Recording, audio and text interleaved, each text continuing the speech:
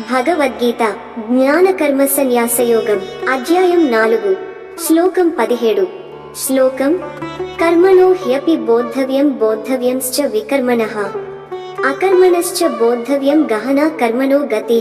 అనువాదం: కర్మ ఏమిటో తెలుసుకోవాలి, వికర్మ తప్పు కర్మ ఏమిటో కూడా తెలుసుకోవాలి, అలాగే అకర్మ కర్మలేమి కూడా తెలుసుకోవాలి.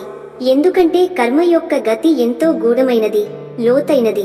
వివరణ: కృష్ణుడు ఇక్కడ 3 రకాల కర్మలను చెబుతున్నాడు.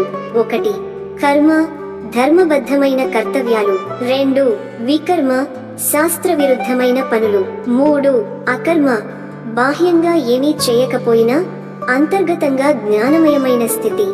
మనిషి సత్యాన్ని తెలుసుకోవాలంటే ఈ మూడింటి తేడా స్పష్టంగా అర్థం చేసుకోవాలి. కర్మల గతి అతి సంక్లిష్టం, దానిని లోతుగా ఆలోచించి తెలుసుకోవాలి.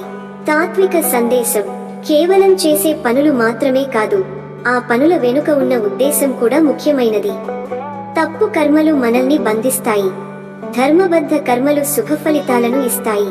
జ్ఞానపరుడు చేసే అకర్మ స్థితి మాత్రం విముక్తి దారిని చూపిస్తుంది. ఉదాహరణ: ఒక విద్యార్థి పాఠశాలలో బాగా చదివి పరీక్ష రాస్తాడు, ఇది కర్మ. అదే విద్యార్థి నకలు చేస్తే అది వికర్మ.